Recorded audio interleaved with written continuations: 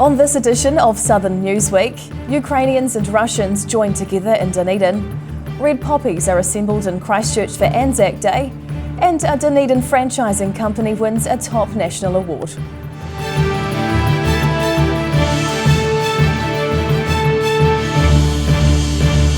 Kia ora, good evening, I'm Hannah Wilkins. The Russian invasion of Ukraine is into its fourth week. Some parts of the country have fallen, however many Ukrainians are continuing to fight back. Last Saturday, a large group of Ukrainian and Russian citizens joined together in central Dunedin, alongside civic leaders and academics, all condemning the invasion. 3 weeks into the Russian invasion of Ukraine, a growing number of Dunedin people are showing their opposition to Vladimir Putin's war. 2 young Russian nationals who live in Dunedin have been attending gatherings since the first one last month. Stepan Belousov says he felt compelled to show support. Because I cannot just say that I am neutral or that I support the Russian government. I think those actions, they're against humanity, they're killing innocent people. So yeah, it's just impossible to not to say your opinion.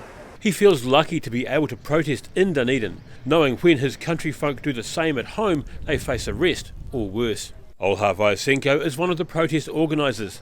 Her mother and mother-in-law have survived the first 3 weeks of bombing in Kiev, and she's happy to be able to share some good news from home.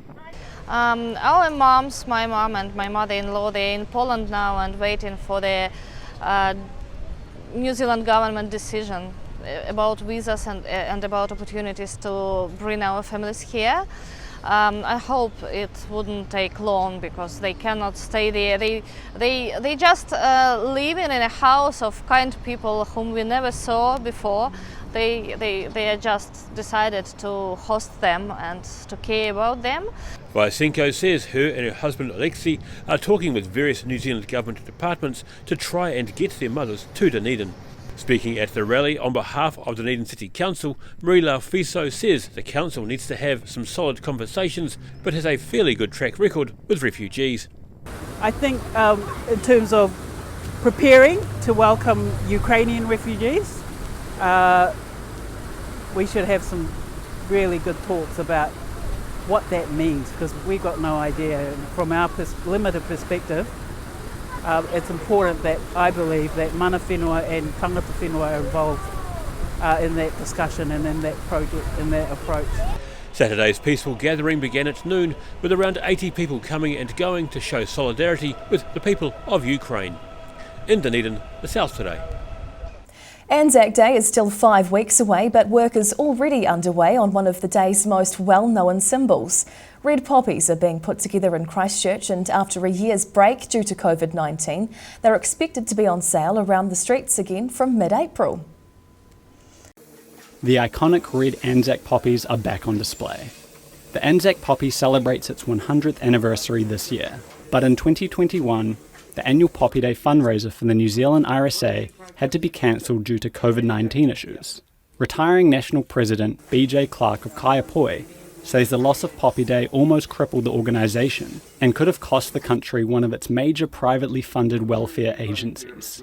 The Poppy collection is the only opportunity we have to get funds for our welfare, our support organisation, to ensure that we can support those veterans and their families that have served.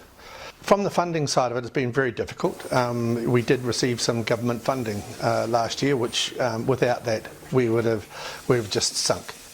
The annual Poppy Day appeal was started in 1922, and about 1.2 million poppies now go on sale across the country in the week leading up to ANZAC Day. But unlike many items, they're not made overseas and simply imported. New Zealand's poppies are still proudly made in Christchurch by a team of volunteers.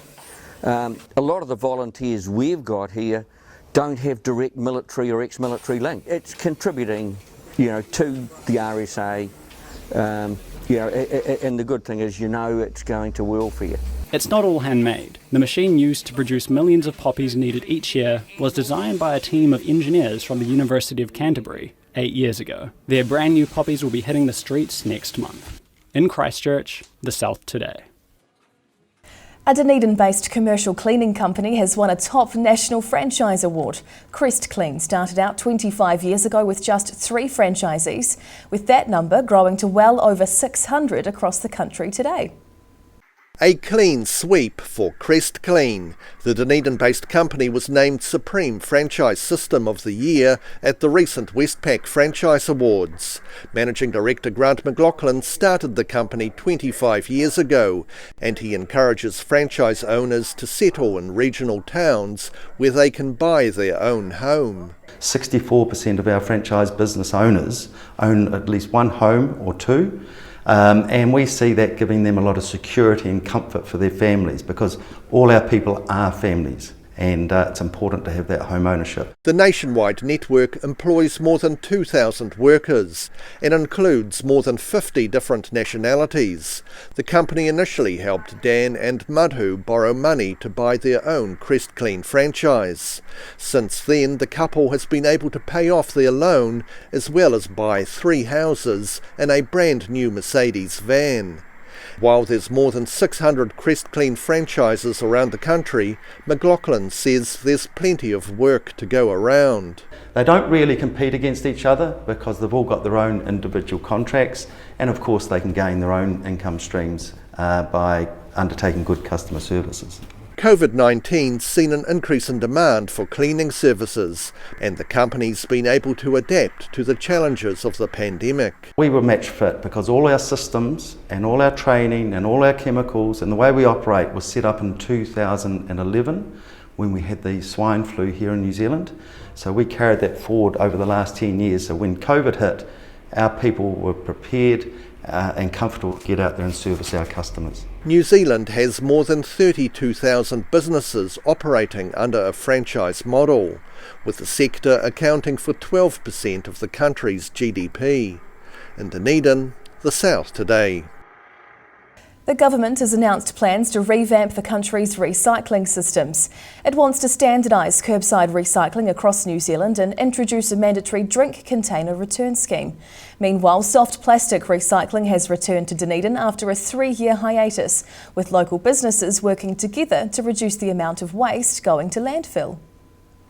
The hard word on soft plastics. Recycling plastic wrappings and bags was previously possible in Dunedin, but the service was dropped after difficulties in finding places to take the product. However, the Packaging Forum's been working with local businesses to get the scheme back up and running, with southern supermarkets keen to be on board. So you've got things like the wrap around your bread, the wrap around your frozen vegetables, that light foil that you get around your chocolate and your biscuit packets, things like bubble wrap as well. Even courier packs, and there's obviously a lot more as well. Garden's New World co-owner Craig Broderick says it fits with the store's waste minimisation scheme. There's been a 3-year hiatus in the soft plastic recycling program here due to a lack of New Zealand companies taking the product and an excess of soft plastics being sent overseas. And now packaging from products like these can again be recycled in Dunedin. They'll be turned into fence posts for farms and gardens, putting a stake in the ground for recycling. A fence post that's used largely in the viticulture industry, so vines and, well, in fact, the horticultural industry mainly. And my understanding is that Future Post is looking to establish a plant in the South Island, and I understand that maybe in Blenheim specifically, because of their product is largely used by the wine industry. Before the waste becomes posts, it has to be compressed into bales, the loose, soft plastic being squashed and wrapped before being placed onto pallets for freighting. Collection bins are going in this week at 8 New World Countdown and Warehouse stores, with teams from Cargill Enterprises set to collect them for sorting. That's correct, yeah. You'll see a big soft plastic sign. It's a green bin liner that you'll see. Just be careful not to put anything with food or hard plastics, because they can be contaminated reasonably easy. If in doubt, ask one of the staff, but you'll see the bins near the front of each of those retailers. Blair Kippenberger says many of the Cargill's team are looking forward to helping with the collections. The Packaging Forum is hoping to eventually expand the soft plastics recycling scheme nationwide. In Dunedin, the South Today. Whai Yakane. Still to come after the break on Southern Newsweek. A mosque shooting survivor walks from Dunedin to Christchurch, and it's hoped tourists will return to destinations such as Nelson.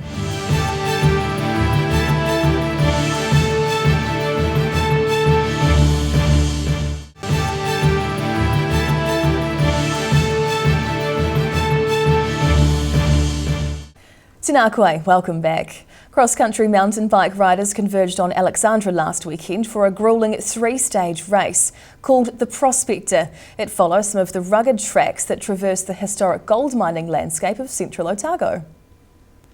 Lining up to tackle a 15-kilometre circuit. The Prospector mountain bike race got underway on Friday with riders tackling the time trial at Matangi Station near Alexandra.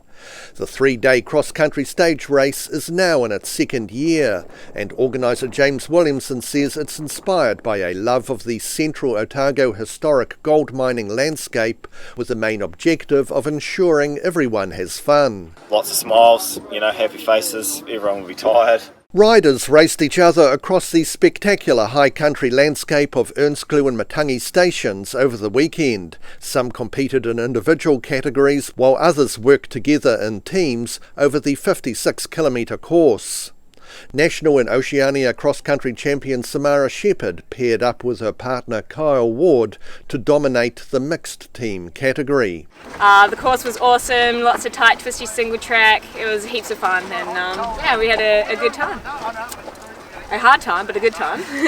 Josh Burnett and Ben Oliver won the men's team category by a narrow margin. After more than 6 hours of cycling over 3 days, they finished only a minute ahead of their nearest rivals overall. For many athletes, the event is a perfect warm-up before heading off to the World Cup circuit to gain points for Commonwealth Games selection. This is like the last hit out before heading overseas racing. Got Oceania champs on the 27th of March, and then I'm off to Brazil for the first World Cup, and Josh is heading over to America for some road racing, and I'll make sure he does a few mountain bike races in between, but yeah, so it's a busy old year ahead. The pair that came second in the men's team category were Cameron Jones and Matt Wilson, who say they plan to return next year for another crack at claiming the title. In Alexandra, the South Today. A group of school children have the chance to try out the game of cricket in Goa over the next few weekends. The 3-week sports program is being run to encourage youngsters to develop an interest in cricket. Giving cricket a shot, young players from Eastern and Northern Southland gathered at Hamilton Park in Goa over the weekend to try out the sport. 4 boys teams and 2 girls teams took part in the event, with a similar program also held in Winton. The trial games were organised by Southland Cricket Development Officer Jack Hilton, who says it's all about helping young people get into the sport. If we try open up more and more opportunities, hopefully that will get both boys and girls more involved in the game, more interested, more excited in playing cricket. The aim of the program is to get as many young people, especially girls, involved in the sport and playing better cricket. Any girl from about year 7 to year 10 in Southland that's keen on cricket and wants to give things a crack can come down.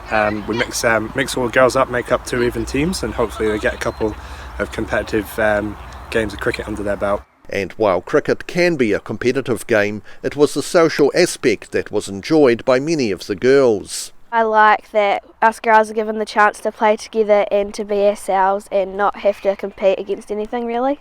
Our team's just been putting all our stuff into it and just having a great time. I'm really enjoying all the good people around here. I've made a lot of friends and everyone's really kind. The youth cricket program is set to run for 3 weeks. In Goa, the South Today. This last week marked the 3-year anniversary since a lone gunman attacked 2 Christchurch mosques, killing 51 people and injuring 40 others. One of the survivors has been walking the same route taken by the terrorist from Dunedin to Christchurch. Tamil Atakokugu survived after being shot 9 times and wanted to reclaim the route for peace while raising money for children's charities. Clapping and cheering greeted Tamil Atakokugu as he arrived at Al Noor Mosque this afternoon after a long 358-kilometre walk from Dunedin to Christchurch. The mosque shooting survivor timed the finish of his 2-week journey to arrive at Al Noor at 1:40 p.m, the same time the terrorist started his murderous killing spree in 2019. I would like everyone be silent for a minute to remember 51 people lost here. So we have to remember them. Tamil himself was shot 9 times and thought he was going to die. He says the terrorist deserves to be forgotten, but walked the route to honour the dead and reclaim it in the name of peace. I want to show also with this walk I didn't give up and I have a big strength and I am showing this to the extremism. 3 years and 20 surgeries later, he's still recovering from his injuries, with both mental and physical scars of the day. I'm quite badly injured with 9 bullets, 5 under my legs and 3 under my arms and 1 in the mouth. Tamau admits he was anxious about doing the walk, but encountered plenty of support along the way. I was scared, I can have extremists abusing or verbal abusing or physical harming, but it has not happened. When people is coming friendly and open their big heart, I feel I'm safe.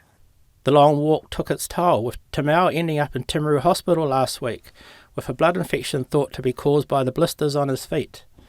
But after 2 days in hospital and getting the all clear from doctors to continue, he jumped on a bike to make up for the lost days and stay on track. He completed the final leg of his journey on foot, arriving at Elnor Moss this afternoon to a hero's welcome. 3 years later, I'm here now, and I want to show to the strength and faith and unity, and we are one, and terrorist is nil. Tamau is now looking forward to resting his blistered feet, but has more surgeries to go and still has a long road to recovery. Kia kaha. In Christchurch, the South today. While summer is coming to an end, any time of year can be a good time to explore the Abel Tasman coastline. Many visitors to the National Park near Nelson choose to cruise along the shoreline by boat. The South Today went along for the ride. Cruising along the spectacular coastline of Abel Tasman National Park near Nelson. Abel Tasman Sea Shuttles is one of a number of tourist ventures ferrying hikers and day trippers to some of the inviting beaches along the coast. Skipper Michael Beringer is also proud his company's boats provide transport for workers involved in predator trapping and revegetation programs. We take a lot of the volunteers in doing the trapping programs and other things, so we're involved in it, in that part of it, but it makes you feel good that you are being involved in something that's improving the park. From the shoreline ravaged by the early settlers' fires, the native bush is slowly recovering, and thanks to the predator control work, hikers are now likely to encounter bellbirds, tuis and other native birds that have been absent for half a century. They released 20 kaka up at Bark Bay 18 months ago. They housed them in an aviary for a while to acclimatise, and now they've been released down the hills. And I talked to a couple the other day that had been in Bark Bay camping, and the kakas woke them up in the morning, which I thought was fantastic. After COVID-19 closed the country's borders, the Sea Shuttle company was forced to lose half its staff and had to leave the larger boats in its fleet back at base. Beringer says they're very grateful for any tourists that do turn up, for both the financial boost as well as their pride in introducing visitors to the golden sand shores of Abel Tasman. That's my passion. I mean, I've always been a tour guide, even before I was a tour guide. I mean, look at the beautiful place we live. If you're living here, you want to show it off to people. That's what I've been like forever and a day. The Sea Shuttles are just one of many tourism ventures eagerly awaiting the return of overseas visitors. And with borders set to progressively open from mid-March, sites like these should prove a popular drawcard for holidaymakers once again. Near Nelson, the South Today. Whai Yakane, still to come after the break on Southern Newsweek. Tourists are booking to visit New Zealand earlier than expected, and large outdoor murals go on display in Christchurch.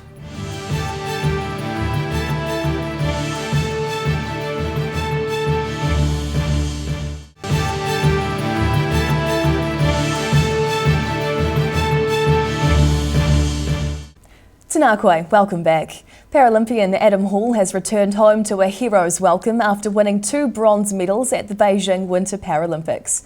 The Wanaka-based para-alpine skier was greeted by fans and even a local dignitary at Queenstown Airport on Wednesday. Queenstown Lakes District Mayor Jim Bolt joins fans to welcome one of the region's top sporting sons back from China. Para-alpine skier Adam Hall won 2 bronze medals at this month's Beijing Winter Paralympics. The Wanaka-based athlete competed in his first Winter Paralympics in 2006 and admits this year's games were very different on previous years. The Beijing Paralympic Games this time around, was a different experience, still an amazing experience. Obviously this time around with the Paralympics, and just with the whole season with COVID, there's been many kind of protocols in place, and we've been kind of pretty tight within a bubble, and no family, no friends obviously able to attend. Hall's competed for New Zealand at a top level for more than 16 years. Over that time he's won 2 gold and 3 bronze Paralympic medals. He says his goal is to promote para-sports and be an inspiration to others. Be able to inspire a nation, if you like, and inspire athletes out there with a disability or not to just get out there and give something a go, and you never know where it may lead. You can surprise yourself. And the 34-year-old says he's not ready to announce his retirement just yet, but plans to spend a quiet few weeks enjoying the last of the summer sun back home in Wanaka. In Queenstown, the South Today. The change in timings around border openings will mean tourists can visit New Zealand earlier than expected. Kiwis also have the confidence to book holidays overseas without having to worry about isolating when they return. Rosemary George was forced to miss her mother's 100th birthday last year in Northern Ireland, but the Christchurch woman's now booked flights so she can reunite with her family for their next celebrations in June. Sights set on a 101st reunion. New Zealand's closed borders and COVID-19 restrictions meant that Rosemary George had to miss her mother's 100th birthday last June in the UK. However, today's announcement by the government bringing forward the border dates means she's now free to fly to the UK for a long overdue visit. The 74-year-old Christchurch woman was keen to book return flights as soon as the government eased border restrictions, securing tickets to see her loved ones in their rest home near Bangor. House of Travel Upper Riccarton Joint Managing Director Delwyn Sinclair assisted Rosemary in her trip and agrees it'd be a significant event for her to miss. Rosemary's story is particularly interesting because her mother turned 100 last year, and it's quite a significant event for her to miss. So to have the ability to help her through the process to get there this year for her 101st birthday, it's pretty special for us and we're pretty excited about it. While the buzz of seeing loved ones for the first time in a long while is building, Rosemary reckons it'll be a low-key affair with family, with her mother due to celebrate her 101st birthday on the 1st of June. Her 1st of June's her birthday, so I'll be there a couple of weeks beforehand. And it'll be low-key, just family. She's looking forward to jumping on board a plane and excited to be able to catch up with her family overseas. In Christchurch, the South Today. A new 10-day festival is underway in Christchurch with 7 large murals being painted on the sides of buildings in the CBD. The inaugural Flair Street Art Festival is aiming to recapture the city's global status as a street art capital, which has been lost as Christchurch is rebuilt. Giant colourful murals like this are popping up all around Christchurch's CBD. 7 Kiwi artists are creating the giant artworks as part of the Flair Street Art Festival. Christchurch became a home for street art following the 2011 earthquakes, Lonely Planet even ranking it alongside the likes of New York, Barcelona and London. But as new buildings popped up, the city lost many of its artworks. We're just trying to reclaim that because a lot of buildings are built in front of those iconic pieces, and there's the ballerina that's near the ANZAC Theatre, and there's those really beautiful murals that we know and love, but can't see them anymore. So it's really important to bring them back. Faimalo admits getting business owners to agree to have a large mural on their wall was a challenge when they didn't know what it might end up looking like. So all of the artists have creative freedom to paint what they want, and that's kind of the part of the festival, is that we give them a wall and they do what they want with it. Christchurch graffiti artist Icarus is one of the muralists and believes Christchurch still has one of the strongest street art scenes in the Southern Hemisphere. A lot of artwork definitely over the last decade or so has come and gone. For a lot of graffiti writers and street artists as well, especially graffiti though, graffiti is a really transitional or transient art form. He took part in the festival to promote his more traditional style of graffiti art. The concept of it is or the layout of it is sort of video game, based on an old school platform video game, kind of reminiscent of Mario, Alex the Kid and those sort of games I grew up playing. The artistic creations will continue this week, with the Flair Street Art Festival officially winding up on Saturday. In Christchurch, the South Today. And that wraps up this edition of Southern Newsweek. For the latest news and videos from the Southern region, head online to odt.co.nz, and you can follow Channel 39 on YouTube to catch our news bulletins on demand. Nō reira, kia pai te po, ka kite anō.